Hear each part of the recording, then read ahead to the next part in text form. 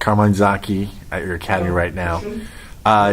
Why jiu-jitsu? Why not karate? Why not judo or kickboxing or kung fu?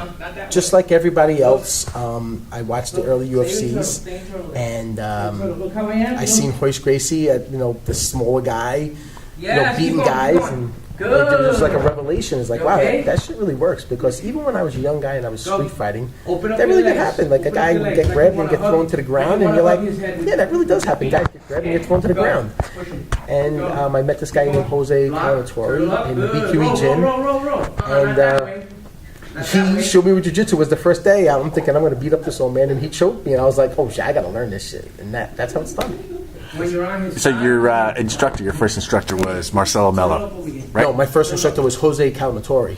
When did Marcelo Mello come in? Marcelo came in probably like a year and a half later, because Jose was only, I think, a purple belt. Okay. He was like a black belt in like karate, and he had a number of black belts. But what happened was that we were starting to get good in jiu-jitsu, all the guys that were training under Jose, and Jose was a very great coach, but he really couldn't rank us. And being a great man that Jose was, he went to Brazil. And he's like, I'm bringing back a real jiu-jitsu guy because I love you guys and I want you guys to get ranked. Because we all wanted to get ranked. And when Marcelo came, then we seen what the difference was between a world-class jiu-jitsu guy. Like, I thought I was good at jiu-jitsu back then, and Marcelo would blaze me, and I was like, oh, I gotta, Marcelo never did anything fancy. Same moves, but he'll be like, I'm gonna triangle you like 10 times in a row, and you're like, no, you're not. And he would choke you 10 times in a row. So that's how it all evolved. I was under Jose for many years, but Marcelo came and he really started to rank us. What year was that? I started in '98. I think Marcelo came in like late of '99, almost 2000. But I was already fighting at that time. I was already right away. And again, I don't think I'm a fighter. I got into fighting because all my guys in my gym at the time were fighting. They were all doing jiu-jitsu and grappling competitions and shoot fighting and MMA underground fighting, and I felt like I was left out. And I was like, man, I want to be part of this, and I did it. I thought I was tough, and I did it. Looking back now, I didn't do it because I wanted to be like the best fighter. I just wanted to be part of my friends, and everyone was doing it, so I did it. And what happened was, as the years went on, I was building teams, I was teaching, and even though I was still part of Marcelo, I was doing more teaching for Rhino and doing my own thing. And Marcelo was a little mad that I was doing my own thing. But what happened at the end was, there were other guys that were higher purple belts than me.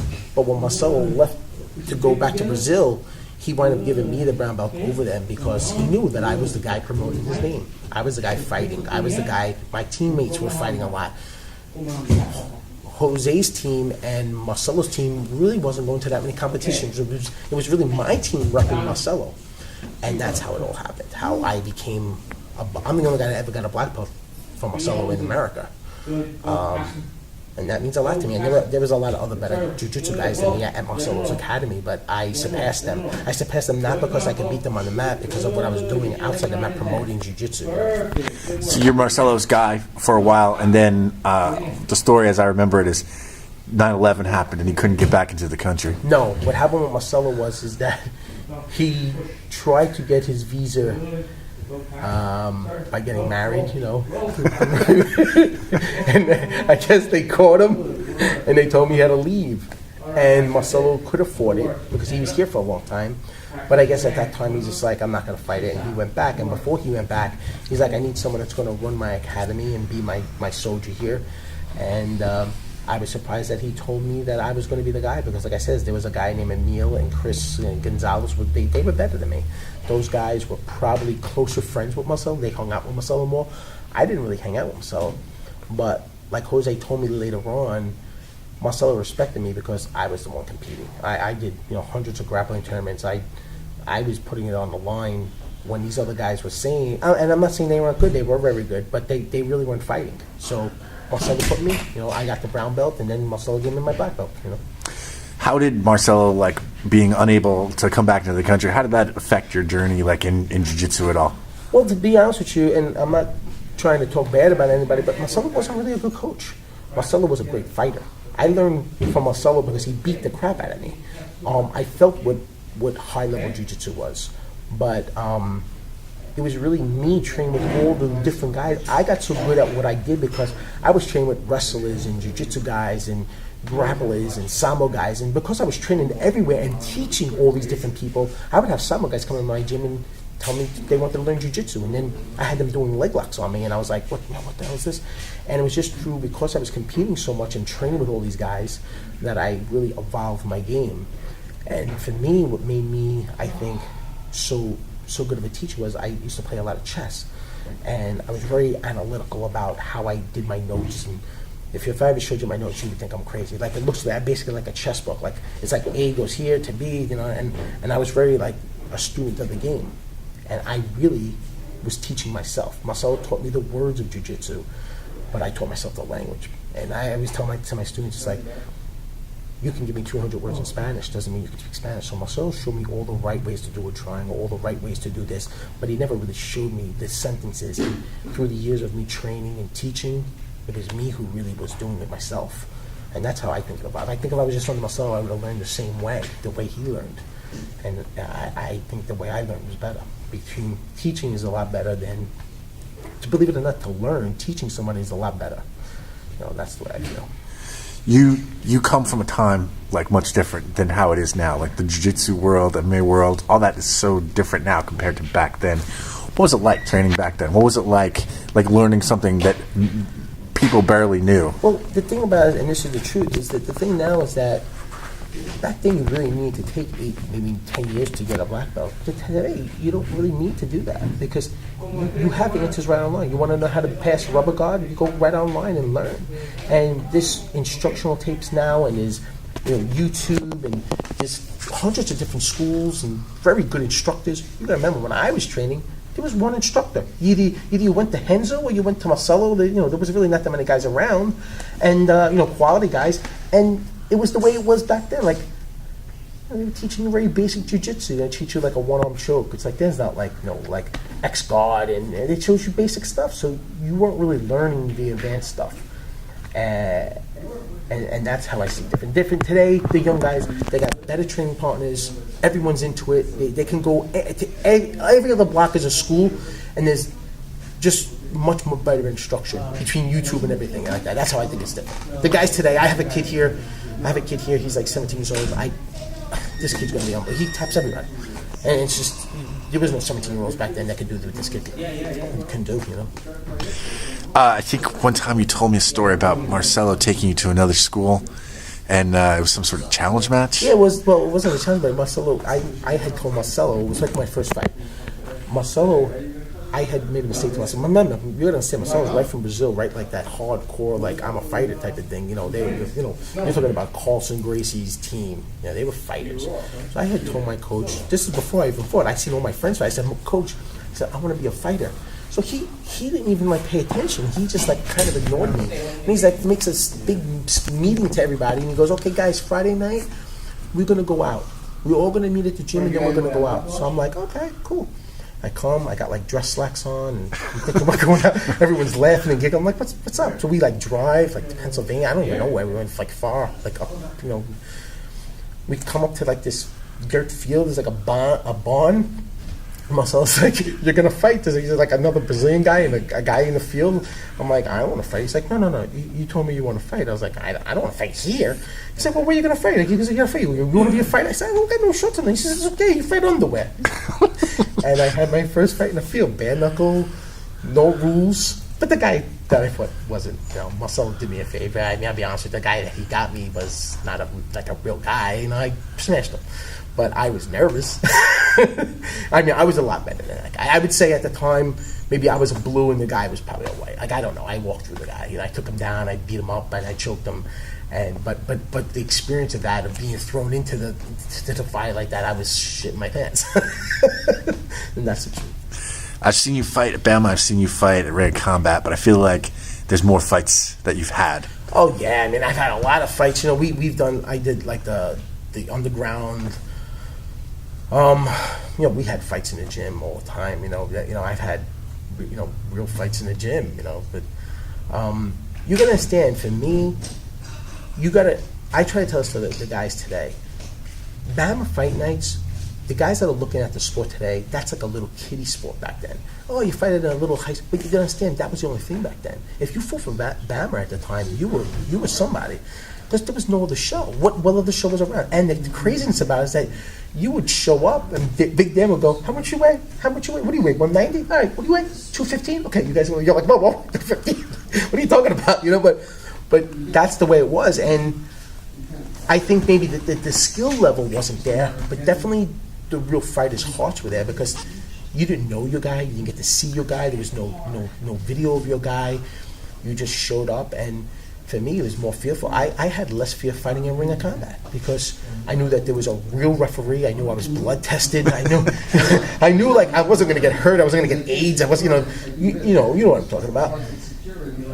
For me, fighting there was like a pleasure. I could be honest, I wasn't really nervous to fight at ring. I was much more nervous fighting for Bama, not because I was newer, because of what it was. You didn't know the guy. You never seen the guy before. You see a guy fight, you know how fast he is. You can kind of tell, okay, well, I can get away with this, I can get away with that.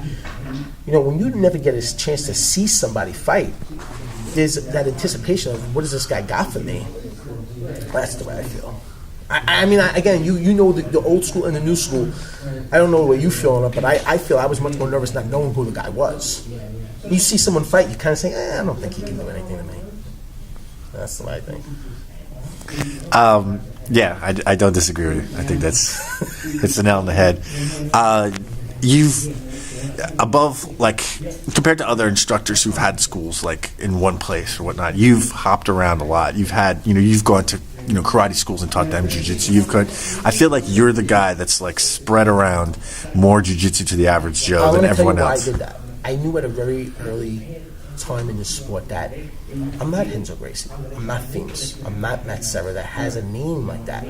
You got to understand, there are guys coming from all over the world to train with Renzo. And I knew that I wasn't going to get those talented guys, those fighters, unless I went out and searched them out. I was going to schools, and what I used to do was I would go to each and one of these schools, and in each and one of these schools, there would be that 1 or 2 A personalities. And what I would do is I would take two, and then I would build my team. If you look on my list of guys, that's what I did. I took 2 of these guys and 2 of these guys and 2 of these guys. And what happened was that when I got to train all together, everything was saying, man, Carmine's got a good team. But it didn't work out that way. They didn't come to me. I went to them. I would go to these karate schools or these wrestling schools or other MMA schools, and I would say, okay, this guy is talented, and I'm going to bring him to my team and get him to the next level. And that's how it happened. I knew that I wasn't going to just stay in my little local judo club and get all these pro guys coming down. It wasn't going to happen to me. So that's why I did it that way. And first, it was good because I didn't want no overhead. I was teaching, getting paid salaries, and making my team strong at the same time. That's why I did that. Gotcha. Why'd you stop fighting? Why'd you stop? I'm old. Come on, man. I mean, the truth of the matter is that I'll be honest with you. A lot of the guys that are fighting, even today, are guys that I train with or taught. And I think that if I was younger and in shape, I think that I would be able to make a run. But I'm 46 years old. I mean, even when I was fighting, I think my last 2007 was like 38. I mean, I wasn't the same guy. I don't have the same athleticism as these guys. These guys are younger, bigger, stronger, faster. They know how to cut weight. I never cut weight. I fought I'm a fat kid. My whole life I was a fat kid. I'm fighting, 180 pounds. You ever see Ariel at 180 pounds? Ariel's a monster. So that's why. I mean, what am I really going to get? I think I'm talented. I think I'm a solid fighter, but I'm a B-level fighter. And the truth of the matter is that I think that I had no career as a fighter. I wasn't going to make it to the UFC. I think that I made my name. I accomplished what I wanted to accomplish, and I became a teacher, and that's what I really wanted. From the day one, I always loved teaching, That's what I said. I know you used to do grappling tournaments like crazy. Do you still do those? The only ones I did is like when guys will call me out, I do it just to kind of like be that that gatekeeper. I always feel like when guys call me out, it's like, really, you're calling me out? Like, like I'm an old man, but it's like if I beat you, shame on you. If you beat me, you're supposed to beat me. That's why they did that big tournament. It was like a 16-man tournament with it was like a pro division. It was like that guy Rushton was there, and Anthony Algaros and Meckenheim and all these guys. I'm like, I get 25. I'm like freaking 40 at the time, and they're like, oh, we have one last spot open, Carmine. Do you want to do it? I'm like, all right, I'll do it. And I felt like I was a man. I didn't tap. He passed me out. I felt like, all right, and the truth of the matter is, he didn't score no points off me. I lost because I got tied. It was a 10-minute match. I don't know if you ever grapple for 10 minutes. It's a pretty long time to grapple with another really good guy. I got tired and I got caught, and I was like, okay, this is better than getting caught in a heel hook. Pretend that I wasn't there. Pretend I'm just a stranger just watching this video on the internet for the first time. What was the Rhino fight team? It was a bad team. It was a really, really bad team. I mean, those guys... Bad meaning? Like, they were crazy, every single one of them. I mean, I've seen guys like... Now my guys, I won't even let my guys spar hard. I'll let my guys, like, just sparring. Like, back in the day, like, the Rhino guys were crazy. Like, I'm talking, like... I mean, you know who Themi is, and you know, like, Richie Torres. Like, these guys don't know the meaning of, like, I'm going to go slow to train. Like, they're going to rip your head off. It's like, all right, relax, then, like, we're training. I remember I was training for one of my fights, and I'm sparring with Richie Torres. Now, I'm not a kickboxer guy. I'm a jiu-jitsu guy. So, in my mind, I'm thinking I would already close the distance on you, but Steve wanted me to practice my stand-up. So Richie Torres was sparring, and he goes, Carmine, keep your hands up. So I guess I kept dropping my hand, and he literally, no shin pads on, kicks me square in the face. And I'm like, did you just kick me in the face? So now, like, I'm mad. Now, like, we're really fighting. Like, it's a real fight. Like, I take him down. I'm, like, punching him. And everyone's like, oh, calm down. I'm like, oh, calm down. Like, he kicked me in the face. He's like, but you had your hand down. I'm like, well, all right. Well, you don't have to really kick me in the face with no pads on. Like, and then another time I'm sparring with Themi, and Themi rocks me, like, my legs buckle.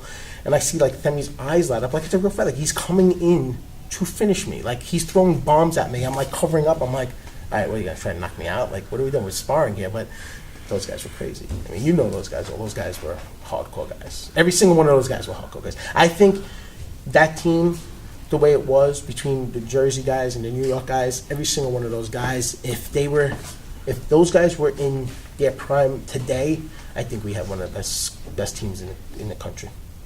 Every one of those guys on that list, from Kevin Roddy to Kareem Ellington to Demi Papadimitriou, Danny Suarez. I mean, those guys were all killers. They just were. Every single one of them. I can go through 20 names that are all killers. I know you personally. I know that, like, you've had a tough time, like, outside of the gym. You're a single dad. What's it like juggling that and jiu-jitsu and teaching, Well, I mean, listen, we all have our crosses to bear. We all have our things. There's many people out there that have things that don't go their way. I mean, I have a great life. I do. I mean, I'm glad that Jiu-Jitsu game is like I owe everything to, even though I'm not, I fight for Marcelo and my name, but the truth of the matter is that I'm still under the Gracies, and we owe everything to the Gracies. I mean, without them, I have a great life. I teach 2-3 hours a day, and I get to feed my family. And my daughter has a lot of problems right now. My daughter has very, very bad anxiety and panic attacks, so I need to be home with her.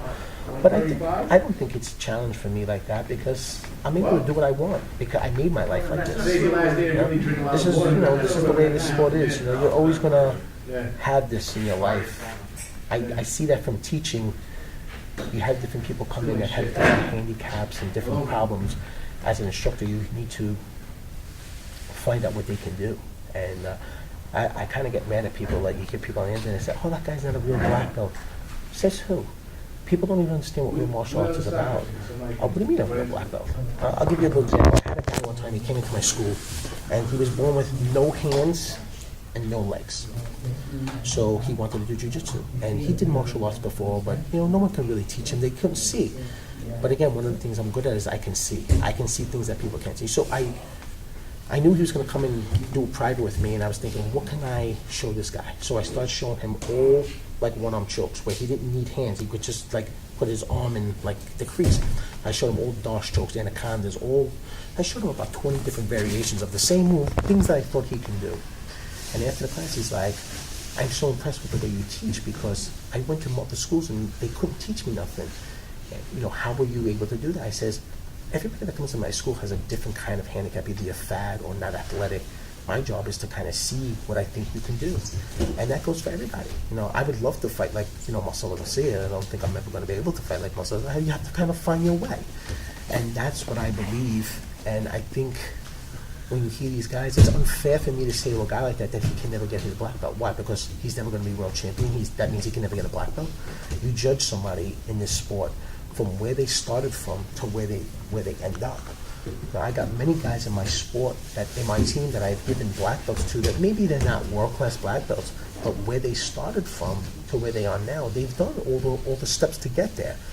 So that I have a little I get mad at people when I hear them say, oh, that guy's not real, or this guy's not real. Why are they not real? Because you say they're not real? Because they're not, Marcelo Garcia? The truth of the matter is that there's 1% of 1% that could be that guy. So that's my opinion on it. You've been teaching for a long time. How many years? I have been doing jiu-jitsu for 17. I've probably been teaching for about maybe 12, 13. Where do you see yourself in 20 years? Where's Carmine Zocchi going to be? Hopefully I have enough schools that I don't really have to work hard, but I don't know if that's going to happen. I don't know. I see myself still doing the same thing. For me, I think that the hard thing, and I guess every athlete goes through this, I still would love to do the things I was able to do, but obviously you have to move on and you have to find a different path. My path now is to just try to get my knowledge out and spread my jiu-jitsu, and the truth of the matter is I only fight, people could talk bad about me or about this, about that, but the truth of the matter is I only fought for one reason, to spread the art of jiu-jitsu. I think I did a good job, and to rep the Gracies and Marcelo, that's it. I believe that Brazilian Jiu-Jitsu and Gracie Jiu-Jitsu is still the best. There's a lot of different factions that they believe that their Jiu-Jitsu is better or their school is better, and they have their opinion. I just did this because I was so taken back of, I seen how guys would beat me when I first started Jiu-Jitsu. And even when I used to fight, there were times where maybe in the fight I could have beat someone with punches, but I would rather lose using Jiu-Jitsu and win using jiu-jitsu than just kind of win by knocking a guy out. It makes me crazy when I watch a UFC where these guys are high-level jiu-jitsu guys and they knock the guy out. It's like, why? Like, what do you train? I'm a teacher in jiu-jitsu. I'm teaching jiu-jitsu. How am I supposed to tell my students that I teach jiu-jitsu and that I don't go for submission? And that made me crazy. For me, every one of my fights, win or lose, I went for my moves, I went for my submission, and I won some fights, I lost some fights, but no one can say I didn't do jiu-jitsu. I see a lot of schools that they got these big signs on their schools, jiu-jitsu schools, and then the guy wins all his fights by knockout. It's like, what do you mean you're a jiu-jitsu? You're not a jiu-jitsu school. You're teaching, you're knocking people out. You're not even going for a takedown. So that bothers me. What's your legacy going to be? You're a blue collar jiu-jitsu guy. You're like the guy that goes to work. I think my legacy is that I taught so many guys and I didn't have a gigantic school. I think that maybe 10 years from now, people will look back and say, on the percentages of how many guys I had in my school or that I touched and how many guys I made champions, I think is very high. Now, like I said before, you got some of these gigantic schools that have, 1,000 or 2,000 students.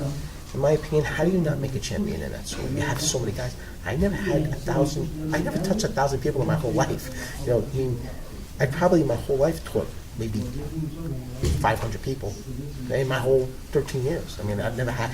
There are schools out there that they literally have contact with 2,000 or 3,000 people a month, and I don't even know how many guys I would have made if I had that many. Maybe I'm wrong. I don't know what people are going to think about that statement, but I asked the way I feel. For the guys, how many guys that I had in my school, I think I made a lot of champions. Any regrets? That I didn't fight more. I wish I would have taken more fights. I think that I took a lot of fights that I felt almost like the old school, like people, I never really went out and said, oh, Lou, I want to fight this guy, and I think I should have did that more. I always had guys say they wanted to fight me, and I felt embarrassed to not take the fight. And I'm learning now that I'm a coach and I see other people doing that. I learned that they sometimes get set up. Maybe the people that are in the sport, the way you are, and I know a promoter can make a guy 4-0, 5-0 very easily today. They get you the right matchups, and I think that when you get matched up wrong, you don't look as good as you could, and that's my regret. I think I should have fought more on my terms. I always had people say, oh, come and fight this guy, do me a favor. So, all right, I'll do it. Not really look too good, What are you most proud of? What am I most in jiu-jitsu? Just that I got a black belt, man. I started this as a hobby. I'm proud that I took this thing that I did as for fun, and I feed my family with it. And there's a lot of competition. There's so many great athletes and great fighters, especially in New York now. The East Coast is exploding, and I think that I made my name in the sport, and I'm probably nowhere near the caliber of those guys. And I think that if you talk about New York and Jiu Jitsu, my name definitely gets mentioned, and it's an honor for me to be considered with those guys. And that's the way I feel. I think I feel great about that. That's it. That's all my questions.